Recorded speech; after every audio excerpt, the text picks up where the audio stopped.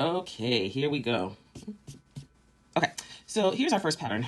This pattern was, we put it into, oh, and also please make sure you have your little, your coins or your M&Ms. These I got at Walgreens yesterday, now and later candies.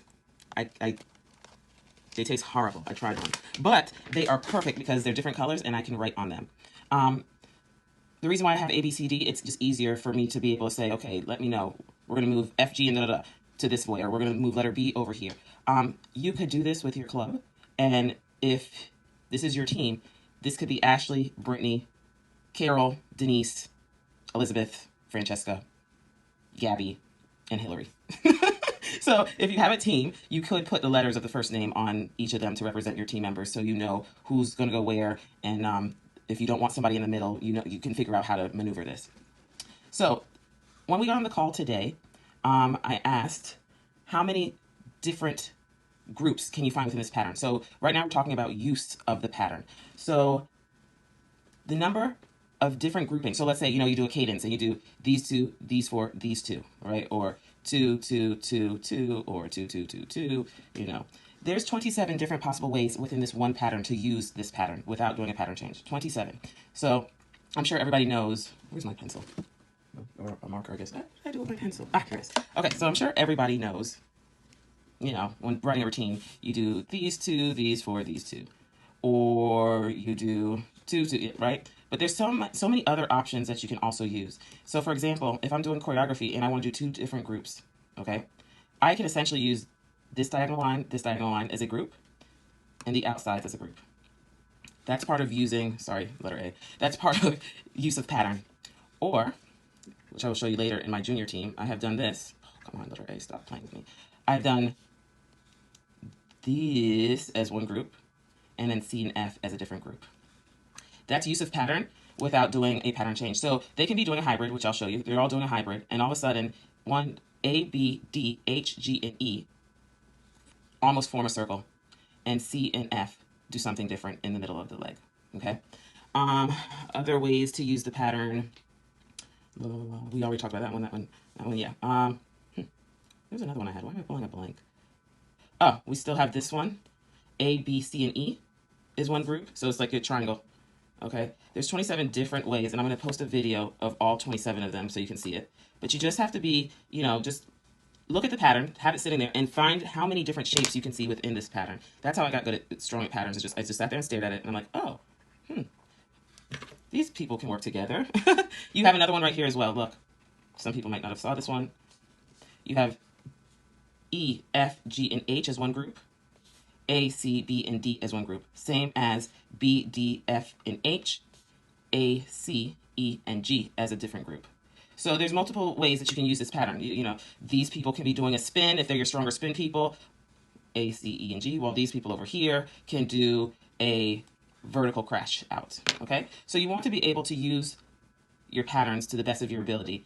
Especially if you have swimmers that are a little bit weaker in an area. Maybe this crew right here is my weaker athletes. So we'll put them in a helicopter to vertical sink, while this group are my stronger spin people, and we'll have them do the spin.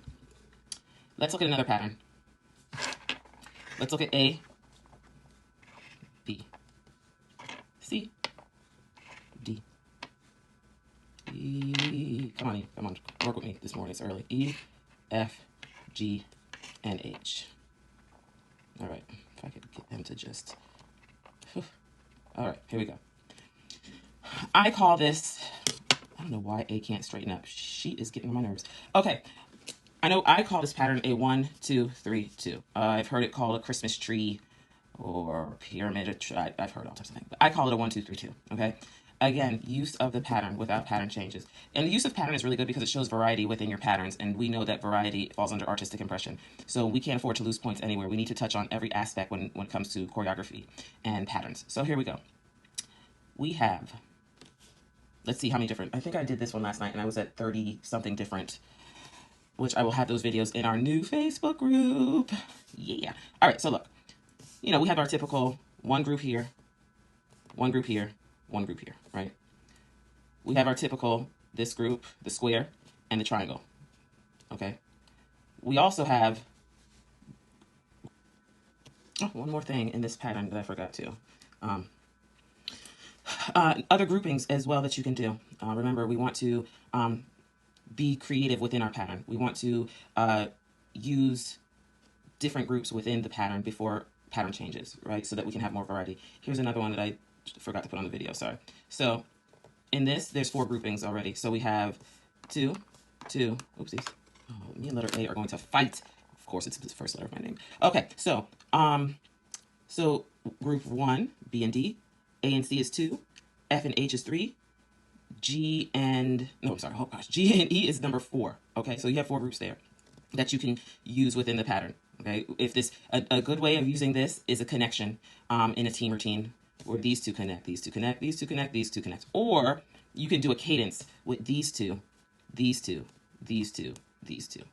Okay, that's another way to use the pattern. And there's some very interesting pattern changes that we'll talk about when you use this pattern with the 2, 2, 2, and 2. Alrighty, see you in a sec. Hi, one more thing I forgot. Remember we said you want your patterns, the use of your patterns. When you do use of patterns, you want it to make sense and make a shape. Make sense, make a shape. Okay, so look, we have another one here. I left this one out of my 20 or 30 odd different use of patterns. This one, these two could be a group because you see it's a clear line, and then you have a clear pyramid or triangle here. So that's another way to do use of patterns. Especially, this is great for combos, for teams. These two maybe can't, their spins aren't the best. It's just being strategic. That's the thing. But you can be strategic with the use of your patterns, and use of patterns and the creativity of the use of patterns is pretty important. But once you get a hang of it, it kind of pops out at you. But you just have to sit and look. And so my recommendation to all of my new friends is get a pattern established and look at all the different shapes you can see in this pattern. All the different shapes. I mean, granted, okay, wait a second. There's a shape right here of a diamond, right? Which that could be a group. However, this doesn't make sense. You have a line here, which is a shape. Remember, we talked about we want a shape. But then you have poor Gabby over here randomly trying to be with A, B, and D, and it's a no for me. So yes, we want to look at shapes for sure. And so I just want to be clear on that because somebody might say, well, I found a diamond. Wonderful. Yes, I agree with you. There is a diamond. However, this for me, as a coach, as a choreographer, and as a judge, this for me doesn't work because of this. And I don't want to be that judge like, okay, someone's off, and you never want the judge to look at your routine and be like, okay, I don't know what just happened. I am confused. You never want your judges to be confused. So just make sure, like I said, sit down, look at the pattern, pull out all the shapes you can pull out all the shapes you can that make sense, that you can tell it's a shape, and that who's in what group. All right, friends, see you in a sec. Here goes one more use of pattern, especially, you might not have seen this. I mean, I've done it quite a few times before. It's great for a combo, right? So, oops, sorry. You have 2 triangles in this. Remember, this is I call this a stair step. Some people call it a box in a box. But oh God, Francesca, come on, girl. Stay with me. Okay, so we have a triangle, ACE. We have a triangle, FDH. Remember, shapes. So essentially, you could do this in a free team as well. I mean, you can have this group doing something like this group spins, this group does a vertical sync, B and G is a group, right? And oh Lord, C, it's too early, I need to go back to bed. C, E, and A is a group, because look, you have a clear triangle, and diagonally a line. So you could do this in a team, or you could do this in a combo. These two, letter B and G, could kick off to the side. So let's say they did, okay, this is not my section of combo. I'm going to kick myself over here. And then, boom, transition. Look at the universe. You see this? It is just being able to see. Okay, so, or let's say, whatever you want to do. If you want to do this in your team routine, you could have, group. But the thing is that like we said, you want to make sure you see a clear shape Okay, because if I see something like this go down in a routine, like these three do a split walkout, these two spin, and these two jump, I wouldn't have one of those what just happened moments as a judge because it makes sense. There's a shape, clearly. All right, friends, let me go back and lay down and probably try to take another hour nap before I see all of your lovely faces. Can't wait. Remember, looking for shapes. DHG makes a triangle. AEB makes a triangle. So use of pattern again. Here we go. If I had let's say this is free team. This would be good in a combo too. So we could do DHG is a group. EAB is a group and C and F is a group. Or DHG is a group. F is alone.